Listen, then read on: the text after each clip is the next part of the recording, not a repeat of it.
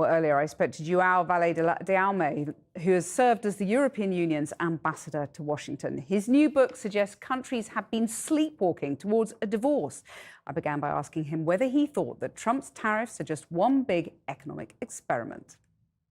That's for sure. Our globalization was a good experiment.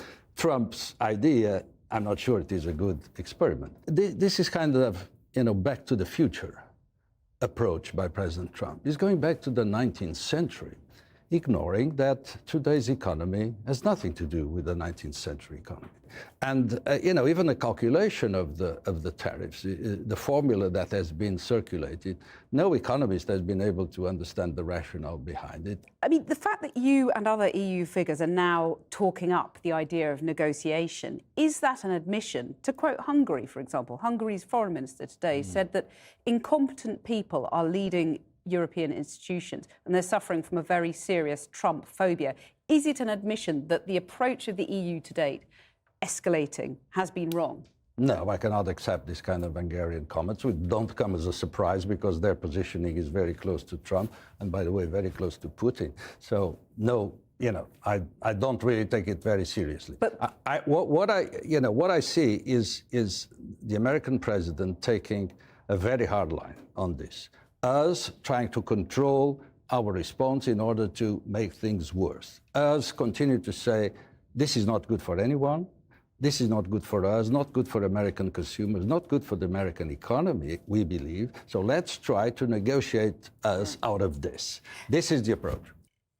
So does that more emollient approach then mean that a blanket targeting of US tech companies, as some have advocated, that would be the wrong approach?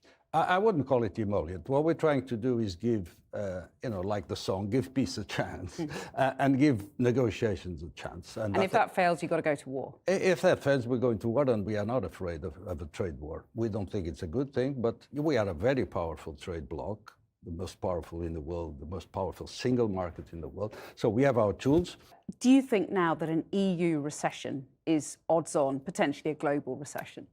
I think there will be certainly a surge in inflation in every market for obvious reasons, and the inflation could lead to recession because this kind of measures will sort of transform the whole supply chain, the whole value chain of a globalized economy. At the end of the day, maybe a global recession. Do we want that? Ultimately, does the UK have to make a choice between clubbing together with the EU, showing a sort of unified approach to Trump, or throwing its lot in with the US? That's a good question, because we are involved in a very important operation now of trying to reset our relationship after Brexit, and I'm very hopeful that it will be a successful one.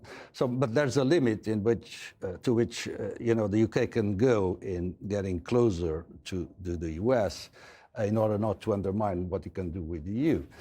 If, for instance, you go for a trade deal that involves lowering standards in the UK, this will make it more difficult for us to find a veterinary agreement with the EU, for instance, which is one of the ideas being discussed. If you give too many concessions to the US in a number of areas, that puts you further away from the position of the EU, of course, makes things more difficult. The subtitle of your book, A Diplomat's Inside View as the Global Order Collapses. We referenced this global order collapsing at the beginning of the interview. I mean, is this the end of globalization, do you think? Could be. If the whole package is implemented, this is a fundamental change. I don't think we can call it globalization after, raising tariffs to the level of 50 and 70% or whatever. This is a watershed. This is a revolution. So, like any revolution, you don't know exactly what it will produce. João Vale de Almeida, thank you very much for joining us. My pleasure.